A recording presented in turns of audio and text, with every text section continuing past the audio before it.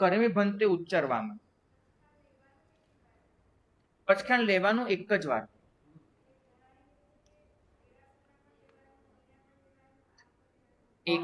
એક વખત.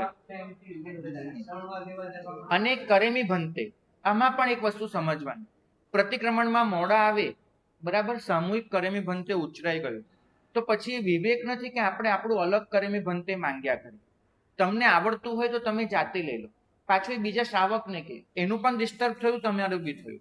વ્યાખ્યાનમાં પણ બીજાને કે મને કરેમી ભંતે ઉચ્ચરાવો, પ્રતિક્રમણમાં સહેજ મોડા પડે તો બીજાને કે ઉચ્ચરાવો. નહીં, આ વિધિ નથી.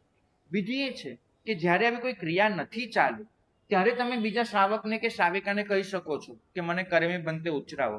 બાકી તો સારું એ છે આપણા તરફથી કોઈ પણ પ્રકારનો કોઈને અંતરાય ન થાય એવી રીતે તમારે સ્વયં કરેમી ભંતે ધારી લેવાનું. અને પ્રતિક્રમણમાં તો કરેમી ભંતે આવવાનું જ છે, 3 વખત ઓછામાં ઓછું આવવાનું છે દિવસી પ્રતિક્રમણ હોય તો. અને જો પક્ષી પ્રતિક્રમણ હશે તો ઓર વધારે વાર કરેમી ભંતે આવવાનું છે. તો એવા સંજોગોમાં પ્રતિક્રમણમાં જે કરેમી ભંતે આવે છે એ જ તમારું કરેમી ભંતે બની જાય છે. સાધુ ભગવંતના મુખે સાંભળેલું, વડીલના મુખે સાંભળેલું. તો અલગથી જો તમે મોડા આવ્યા છો તો કરેમી ભંતે ઉચ્ચારવાનો આગ્રહ નહીં રાખો. આ બધો વિવેક તમને શીખવાડવાનો.